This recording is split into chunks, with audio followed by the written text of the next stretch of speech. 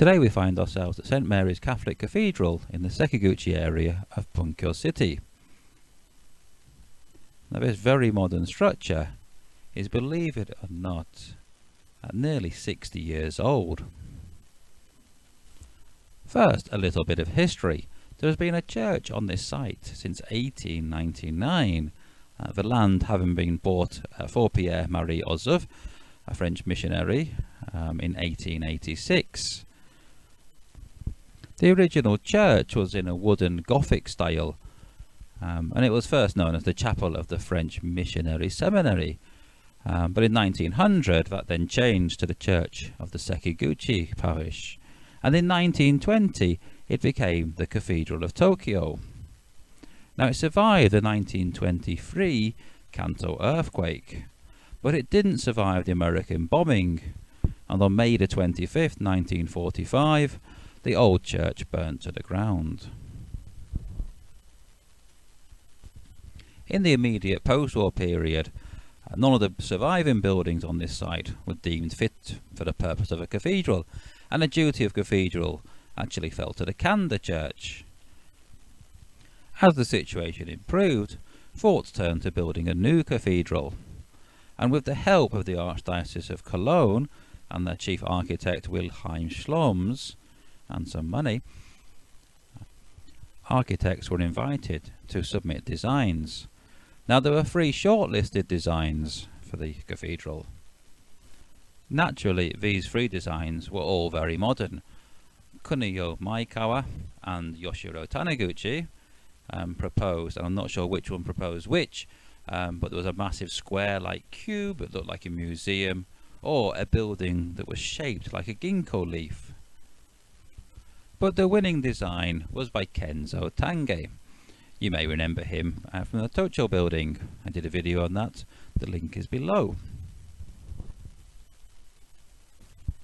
Now it is a funny story. When Cardinal Doi, the first Japanese to be made a Roman Catholic cardinal, was asked what he thought, and he actually held the ultimate decision on whether the project moved forward or got cancelled, he just said that he accepted whatever they chose as God's will, and he put their trust in the board. And when he was pushed if he wanted to see the models and blueprint of this cathedral, he brushed them aside and smiled. It's reported that when he did actually take a look at the models and blueprints, he was more than a little surprised. Okay, now on to the structure. It was designed by Kenzo Tange in 1961, and construction started in April 1963 and was completed in December 1964. And the observant among you will recognise that date as being the Tokyo Olympics. It's kind of mind-boggling the amount of concrete and construction that went on in that period. Okay, back to the building itself. It was built in steel on top of a concrete HP shell. The HP stands for hyperbolic paraboloidal, which sounds like a very difficult maths term, but actually means it's double curved. And from its kind of rectangular floor plan, it actually rises for its 8 walls to form a cross. And if you look on Google Maps on the satellite, you can very clearly see that cross shape. Now, have it on good authority that the roofing material you see here is not actually steel. From what I can make out, it was replaced with zinc in 2007, and that was because the original stainless steel and the bolting system had deteriorated over the 50 years it had been up there. The roof raises to a height of 39.4 meters. And next to the building is the bell tower, separated by a short distance in the European style. And this rises to 61.6 meters and can be seen for miles around. In fact, the bells in there were made in Germany.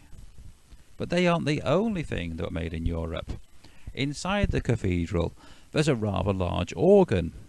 And this was renewed in 2004 with an organ from the Italian firm Massioni, who actually specially built an organ that would fit through the doors before being assembled inside.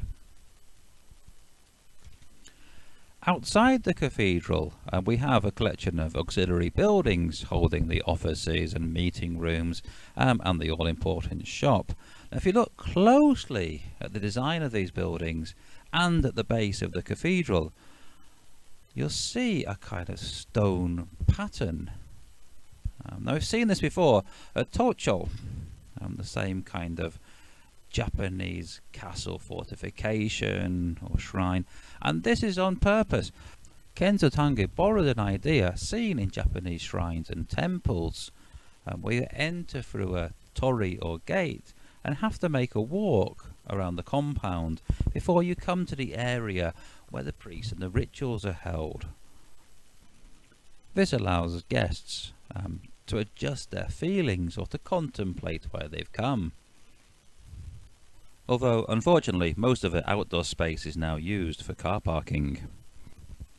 If you're in further need of contemplation, you can always visit this rather kitsch recreation of the Grotto of Lourdes. It was actually built in 1911, and it was commissioned by a French missionary, Father de Monge.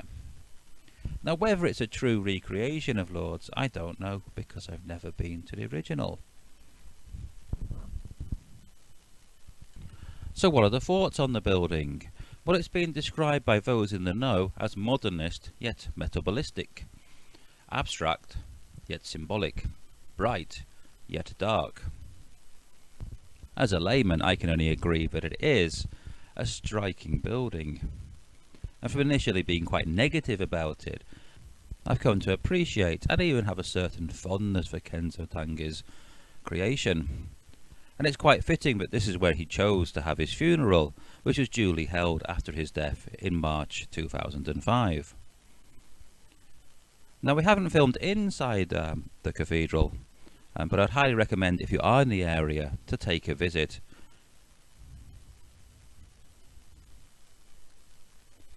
Thank you for watching.